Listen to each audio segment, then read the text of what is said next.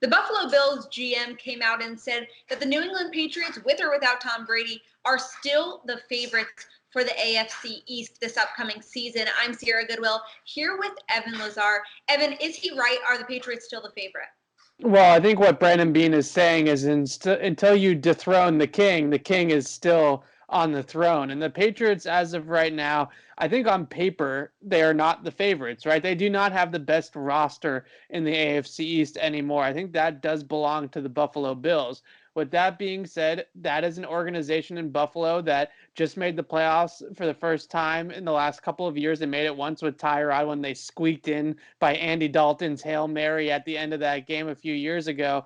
But last year was the first year that they've truly made the playoffs in a long time. And I think what Beane is saying is that you got to go out there and prove it, and you got to take it from the Patriots because they're not going to just hand it to you. So I would say that's a long way of me saying that the Patriots are still the favorites until they're not the favorites anymore. Right. And like you said, it's probably the Bills that are the closest to them in terms of talent and opportunity to kind of dethrone Bill Belichick and the dynasty.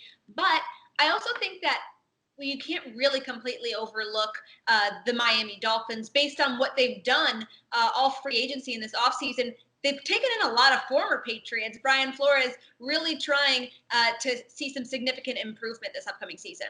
Absolutely. They spent more money than any team in free agency this year. They have a bunch of picks in this upcoming draft. I believe it's 3 first-round picks, if I'm not mistaken. So a couple of those being at the top half of the first round. They got one in the top 5, obviously 5th overall, their own pick. So they have a ton of assets. We knew that going into the offseason that they were going to have a ton of cap space and they were going to have a slew of draft picks. And we're still here. And they've signed Byron Jones. They've signed Kyle Van Noy. They've made a bunch of splashes in free agency, and they still have their picks to go out and add to this team. So Miami is up and coming, but I will say you don't win the offseason, or you don't win the AFC East in the offseason, right? So the Dolphins are going about this.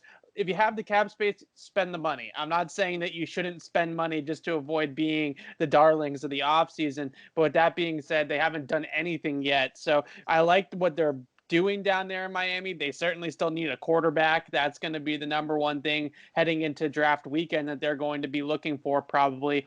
Tua Tagovailoa is at the top of that list. They also have shown some interest in Joe Burrow and actually trading up from 5 to 1 if Cincinnati does actually sell that pick. Miami has the draft capital to move up to 1. I just mentioned they have 3 first-round picks. So they definitely have the draft capital to go and do it if they want. So I wouldn't be surprised if Miami is big-time players on draft weekend as well, like they were in free agency.